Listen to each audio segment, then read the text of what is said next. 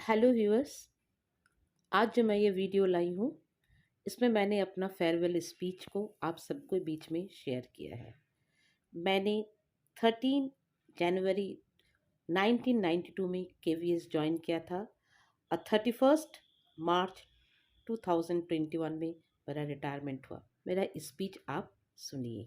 मैंने हमारे साथ विदा लेने वाले मास्टर सर, शारदा मैडम, यहाँ उपस्थित हमारे गेस्ट और आप सभी लोग, सभी हमारे मित्र लोग, पता नहीं कितना दिन से वेट कर रही थी उधर बैठ के कि अभी तो देर है। मतलब प्रसाद सर के जाने के समय से मुझे लगता था मेरी बारी है, आ रहा है। नमिता देव मैडम गई, अंजुम मैडम गई और देखते देखते ये समय आ गया कि अब मैं, खैर ये तो प्रकृति का नियम है। मैं अपने बारे में क्या बोलूं, आप सभी लोग बोल रहे थे कि केंद्रीय विद्यालय में दूसरा इनिंग्स है। मैं अगर बोलूं तो ये मेरा तीसरा इनिंग्स है। कैसे? मेरा होम टाउन समस्तीपुर है। मैं बॉर्न एंड बॉटम बिहार की हूँ। मैं जब जन्म ली हूँ तो मेरे 7 भाई 5 बहन और मैं सबसे छोटी। I am the youngest one. तो वहां तो ऑलरेडी एक क्रिकेट टीम भी था। दीपावली के दिन जन्म होने के कारण मेरा नाम रखा गया था दीपा और दीपिका। लेकिन मेरे पिताश्री को लगता था कि इसको जॉब नहीं मिलेगा और एक अपना मनचाहा एज और डेट ऑफ बर्थ उन्होंने दे दिया। मेरा डेट ऑफ बर्थ 19 अक्टूबर है। रंजना बासु मैडम जब साइटेशन लिख रही थी तो बोली तुमने डेट ऑफ बर्थ नहीं दिया। तो मैंने कहा इतना दिन से तो मैंने अपने पिताजी का डेट ऑफ बर्थ को लिया, अब ये चीज मेरा पर्सनल है, उसको नहीं देना। कहानी में थोड़ा ट्विस्ट है। मेरे पिताजी तो मेरा डेट ऑफ बर्थ 2-3 साल बढ़ा के दिए, लेकिन मदर इन लॉ ने अपने बेटे का डेट ऑफ बर्थ 3 साल घटा के दिए। अब बताइए, ऑफिशियली मैं उनसे बड़ी हो गई और ये मुझे पता ही नहीं था। कैसे हैं हम लोग लेडी टीचर्स, वर्किंग लोग, मुझे पता नहीं था। शादी हुई और मुझे कार्ड दे दिया गया कि स्कूल में जमा करना है। ये पता कब हुआ, जब मैं यहाँ पे LDC के लिए क्लेम कर रही थी तो जयराज ने मुझे बोला था मैडम सर आपसे बड़े हैं क्या? हाँ, मेरे से बड़े। घर में जाके मैंने पूछा था क्या हो रहा है, तो बोला हाँ। तो ये तो हुआ बात, खैर छोड़िए। अपने माता पिता का जो भी हम पर उन्होंने अपना काम किया वो मेरे लिए ठीक है। अगर सही मौके पे अगर रिटायरमेंट होता तो मैं 23rd के एंड में रिटायर करती। खैर कोई बात नहीं है, उससे कुछ नहीं होता है। अब मैं आती हूँ, मैं ज्वाइन की हूँ KV बोरझार, जहाँ 92 में जहाँ छरहरे सुंदर से TK झा सर पहले मुझसे मिलने आए थे। वो भी अनमैरिड थे और मैं भी तो अनमैरिड थी। और मेरे दीदी और भैया, उनको तो मेरे पर इतना डर लगता था, क्योंकि आप लोगों को पता होगा कि बिहार में एक अनमैरिड लड़की नौकरी करने के लिए जाए तो माँ पिताजी को डर नहीं लगता, पड़ोसी को चिंता लगता है। सब आके मेरे मम्मी को बोलती थी अच्छा आपको पैसा का इतना कमी है कि बेटी को नौकरी करने के लिए भेज दिया, तो चले गए। और जिस पिताजी को लगता था मुझे जॉब नहीं मिलेगा, मैं आपको आज बता दूं, मैंने जहां भी छुआ मुझे जॉब मिला। 90 में मैंने SBI में क्लरिकल पोस्ट के लिए क्वालिफाई किया। 91 में रेलवे में 13 पोजीशन लेके मैंने रेलवे की नौकरी पाई। नवोदय विद्यालय में 2 दिन ज्वाइन की, लेकिन सब लोग माता दी बोले 2 दिन में छोड़ के चली गई और आई अंत में KV में। इसी बीच आंगनबाड़ी का सुपरवाइजर, मतलब जितने तरह के जॉब थे सारे जॉब मिल गए। लेकिन कम उम्र में ही पिताजी चले गए थे। उन्होंने इस चीज को नहीं देखा कि जिस बेटी को लगता था उनको नौकरी नहीं मिलेगा, उनको सब नौकरी मिला। तो मैं आई 92 में मैं केंद्रीय विद्यालय ज्वाइन की। तो मेरे भैया दीदी को लगता था कि मुझे तो कुछ आता नहीं है, छोटे से शहर से आई थी, तो सब लोग झा सर को पकड़े थे, जरा मेरी बहन को देखिएगा। और मैं बताऊं कि संगठन का पहला खाना मैंने झा सर के यहाँ ही खाया। झा सर ने रात में खाना बना के मुझे दिए थे और बहुत मुझे सहयोग दिया। और वो तो गाना सुने ही होंगे, मेरा पीछा ना मैं छोड़ूंगा सोनी, जहां जाती हूँ झांसा।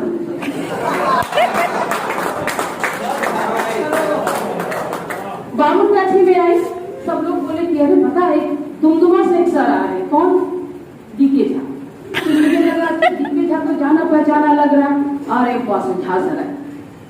झांसर आए और झांसर का छोटा बेटा शायद हम लोग के देख रेख में ही हुआ है, उनको मकान ढूंढ देना। झांसर उस समय आए थे तो मेरे घर में शायद 3-4 दिन ठहरे भी थे, मैंने उनको अपने पास ही रखा, क्योंकि संगठन में कोई भी कहीं से आता है तो हम लोग एक दूसरे को देखते ही रहते हैं। और उसी भी झांसर चले गए बालीगंज और मैं चली आई केपी सॉल्टेक में। सॉल्टेक में 5 साल होने के बाद अचानक मेरा डिस्प्लेस हो गया केवी लोगड़ा, बहुत छोटा सा जगह तेजपुर के पास। अपना 4 साल को बेटा को लेके मैं चली गई। नहीं, इसके बीच में और एक छोटा सा घटना है जो मैं आपको बोल दूं। इसी बीच मेरे हस्बैंड, जो हमेशा हम लोग का ट्रांसफरेबल जॉब है, हमेशा दूसरे का सिंपैथी हम लोग बड़े रहते थे। अच्छा सर आप यहाँ है, मैडम वहाँ है। मेरे husband Hindustan fertilizer central government में सीनियर सिस्टम ऑफिसर थे, तो उनका ट्रांसफर फिर नामरूप हो गया। तो उन्होंने बोला कि हम जॉब कैसे करेंगे, तो हमको लगता था कि नमक भात खा लेंगे लेकिन एक साथ रहेंगे। हस्बैंड बीआरएस सॉल्व की at the age of 40, high post था उनका, लेकिन छोड़ दिए। हम बोले कि हम 8 साल के बेटा और 80 साल के अपने इन लॉस को लेकर नहीं रह पाएंगे, आपको रहना है। और उन्होंने जॉब छोड़ा, ठीक उसके 8 दिन के बाद मेरा केवी लोकड़ा में ट्रांसफर हो गया। सुनिए क्या विडंबना है। ठीक है, केवी लोकड़ा में पहुंची, 1 साल बीता कि नहीं, संगठन का नया रूल आया कि 500 किलोमीटर से दूर लेडी टीचर को रखना नहीं है। और उसके पहले खवारे सर ने मुझे एक्सपर्ट टीचर के रूप में सिलेक्ट किए थे कोलकाता रीजन के लिए, और मैं केंद्रीय विद्यालय ओएफ दमदम में पढ़ाने आई थी। मुझे विद्यालय अच्छा लगा, मैंने यही के लिए अप्लाई किया और मुझे ओएफ दमदम मिल गया।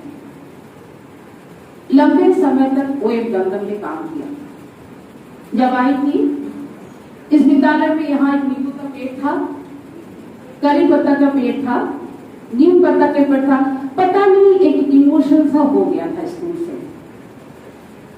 और मैं क्या बोलूं, मेरे साथ रंजना मैडम, रीना मैडम और नंदिता घोषाल मैडम और हमारा वाहन जयराज, इन सभी के साथ में इतना अच्छा दिन बीता। उस समय इतना स्ट्रिक्ट नहीं थे सब लोग, बहुत आराम से जिंदगी चलती रही। समय बीतता गया और धीरे धीरे आज इस जगह पे आ गए। संगठन की सेवा मैं बहुत मन से की हूँ। पटना वुमेन्स कॉलेज बिहार वाले तो जानते ही होंगे कैसा कॉलेज है, इंडिया का one of the best college है, मिरांडा हाउस के बाद उसी को माना जाता है।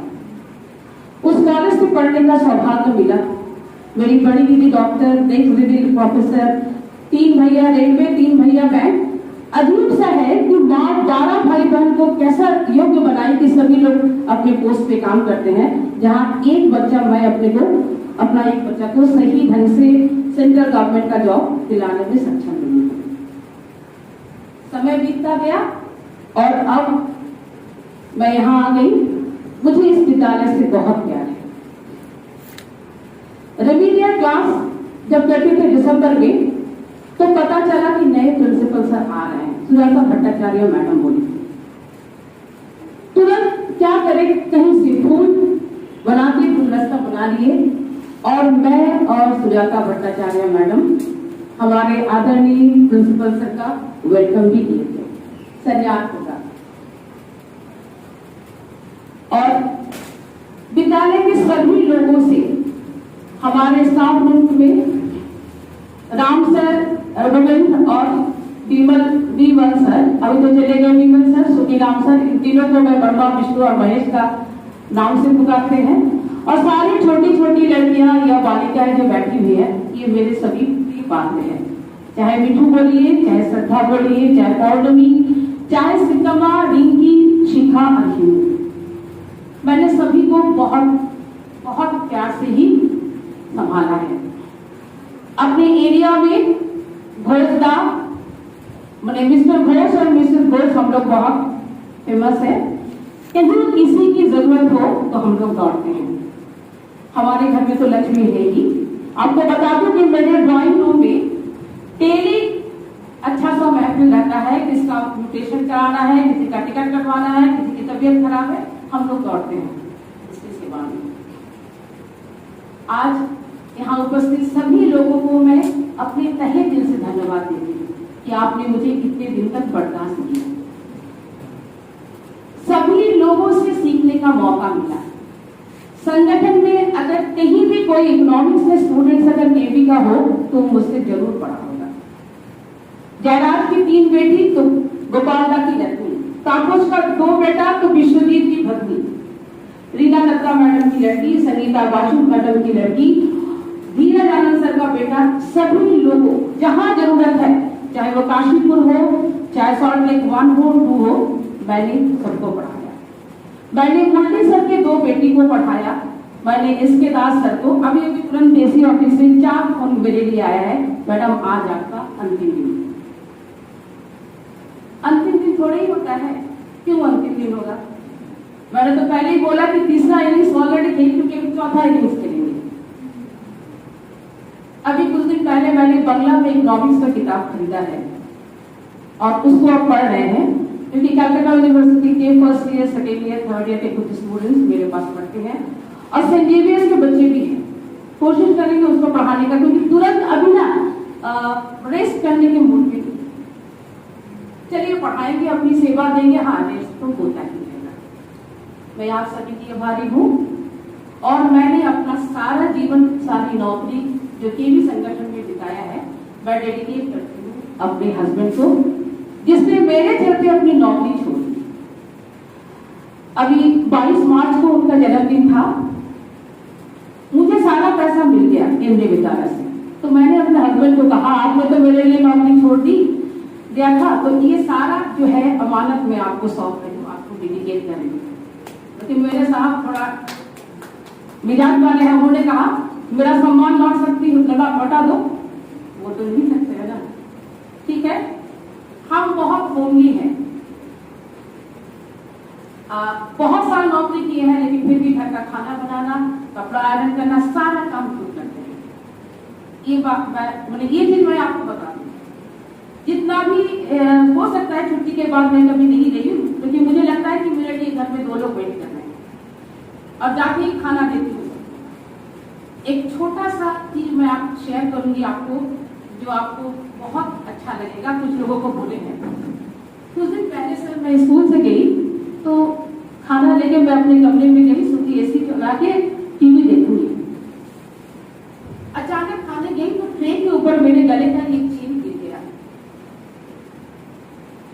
20 ग्राम्स का ये चेन एटलीस्ट अभी मार्केट वैल्यू में 1 लाख होगा। मैं सोची बाप रे, ये चेन अभी तुरंत गिरा। सारा दिन स्कूल में ऊपर नीचे करते रहे, यहाँ वहां करते रहे, कहीं और गिरता तो मुश्किल होता, सोना तो खो देना खराब होता है। तो इस चेन में एक लॉकेट है बजरंग बली का, तो लॉकेट नहीं मिला। मैं ढूंढती रही सारा घर में अकेली थी, लेकिन लॉकेट मिला नहीं।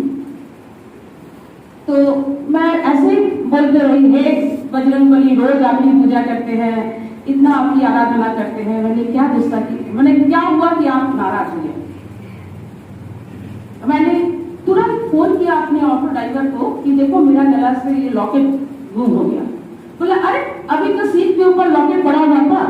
किसी ने पूछा ये किसका लॉकेट है, तो एक ने कहा ये मेरा लॉकेट है, उठाते होकर लेके चला गया। तो मैं उसको डांटने लगी, अरे वो तो मेरा था।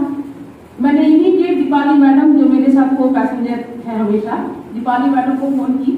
बोले देखो तुमको डांटते थे कि सोना गुम होना खराब होता है, लेकिन आज ये मेरे साथ हो गया। थोड़ी देर के बाद मेरा ऑटो वाला मुझको फोन किया कि मैडम मिल गया। मेरा ऑटो वाला ने सुना था कि वो आदमी IDBI बैंक जाएगा और ऑटो वाला तुरंत वहां वो अंदर एंट्रेंस किया, वो आदमी बाहर आया था। तुरंत ऑटो वाला को बोला कि ये मेरा लॉकेट नहीं है। मैंने वीडियो कॉल करके अपनी मिसेस को दिखाया, वो दिखी है, और ये बजरंग बली फिर मेरे पास वापस आ गए। अब इससे बड़ा क्या हो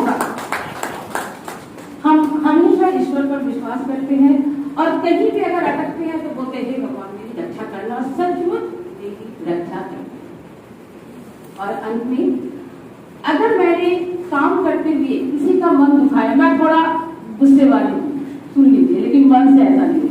अगर किसी के मन में मेरे लिए कोई दुख है, अगर मैंने किसी को मन चोट पहुंचाया, मैं आप सभी से माफी चाहती हूँ। और जाने के पहले मैं एक शब्द अगर उस व्यक्ति के लिए न बोलूं तो बहुत गलती होगा। लतीफ सर, मैंने बहुत कुछ सीखा लतीफ सर से। इतना विनम्र और इतने शांत रहने वाले, इतने टैलेंटेड टीचर्स बहुत कम है। इस लॉकडाउन के दौरान कई बार ऐसा हुआ है कि मैं हर चीज मिस कर रही थी। लतीफ सर बोलो, लतीफ सर बोलिए। एक बार ब्लड टेस्ट कराने गई और अचानक सर 8:30 बजे से मेरा एग्जाम था, मेरा क्वेश्चन गुम हो गया। अब तो मेरा टेंशन से इतना हो गया कि उस दिन का जो है शुगर जो है 162 फास्टिंग में आ गया, सिर्फ क्वेश्चन नहीं मिला था। तुरंत लतीफ सर और मैंने क्या किया, मतलब एग्जाम को सर 1 घंटा लेट कराया और मैं अपने बेटे के साथ बैठ के 1 घंटा में फिर क्वेश्चन टाइप की और फिर क्वेश्चन का एग्जाम हुआ। तो ये लतीफ सर आपकी जो सहयोग दिया मुझे वो मैं नहीं भूलूंगी। आप सभी से आज्ञा लेती हूँ, अगर कोई गलती हो माफ कर दीजिए। आप सभी लोग बहुत अच्छे हैं, बहुत खुश रहें, स्वस्थ रहें और भगवान आपको शांति दे, जो बहुत जरूरी है।